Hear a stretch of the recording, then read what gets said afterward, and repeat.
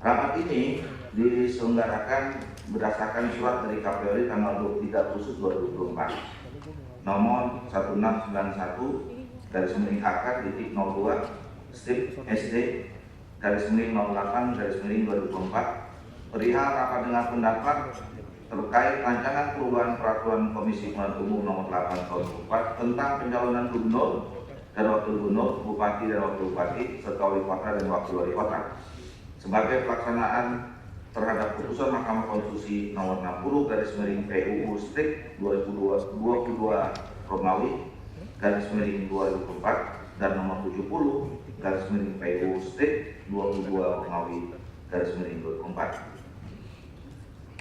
Dan berdasarkan hasil kesepakatan pada rapat konsinyering Komisi 2 DPR RI dengan Dirjen Polhum Kemendagri, KPU RI, Bawaslu dan DKP tanggal 24 Agustus, maka pembahasannya kita majukan menjadi tanggal 25 Agustus yang kita laksanakan pada hari ini.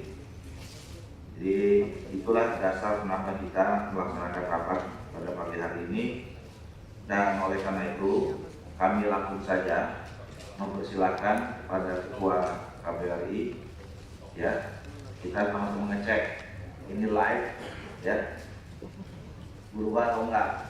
Semua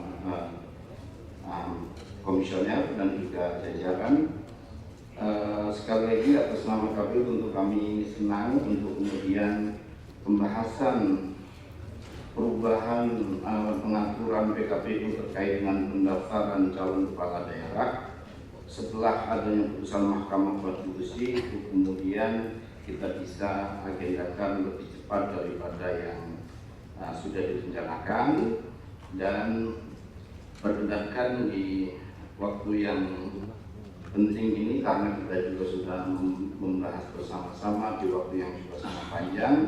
Kami tidak akan lagi membaca soal pertimbangan yang ada dalam putusan 60 dan juga pertimbangan dan juga putusan di putusan 70.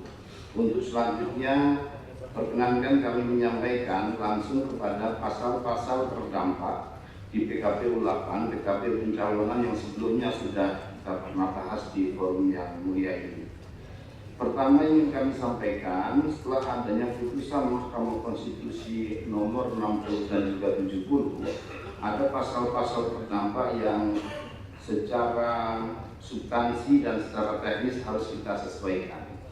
Di antara pasal terdampak tersebut adalah pertama pasal 11 dan turunannya, slide selanjutnya langsung, karena kita sudah mengadopsi seluruh dari putusan 60 dan 70.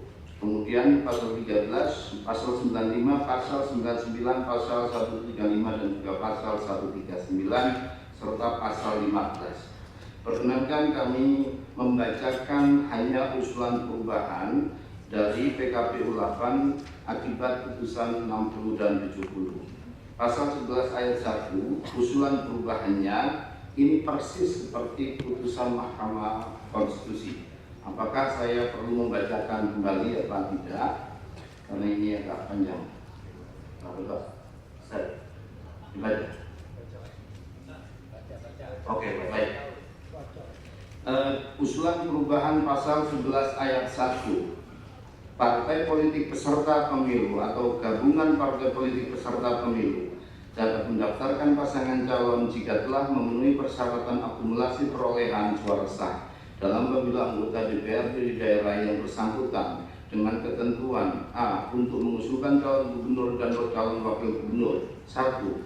Provinsi dengan jumlah penduduk yang termuat pada daftar pemilih tetap sampai dengan 2 juta jiwa. Beberapa waktu yang lalu, pasal 11 ayat 7, daftar pemilih tetap sebagaimana dimaksud pada ayat 1 termuat dalam daftar pemilih tetap di daerah bersangkutan pada pemilu sebelumnya yang paling akhir di daerah bersangkutan. Selanjutnya pasal 13 ayat 1 huruf D. Usulan perubahannya pasal 13 ayat 1 huruf C. Dokumen persyaratan pencalonan oleh partai politik peserta pemilu atau gabungan partai politik peserta pemilu terdiri atas A, B, C, D.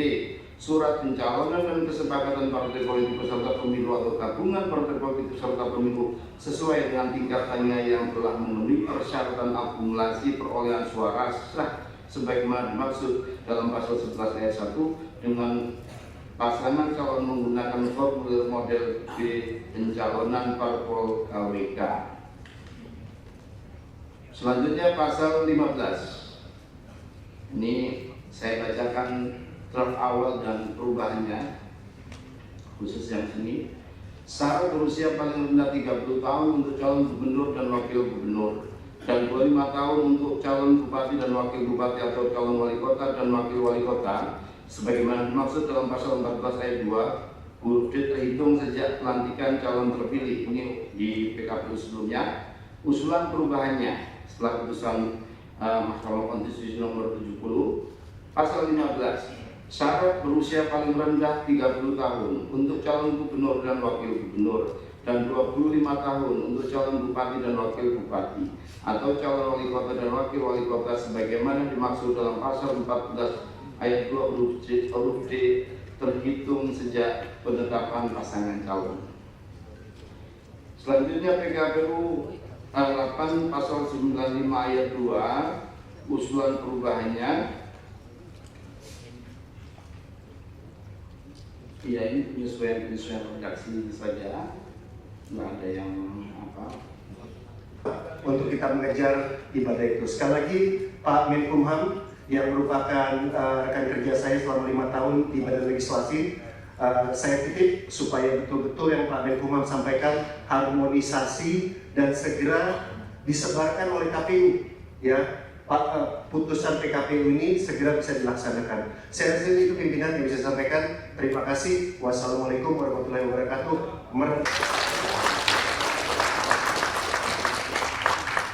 Kita langsung masuk ke kesimpulan.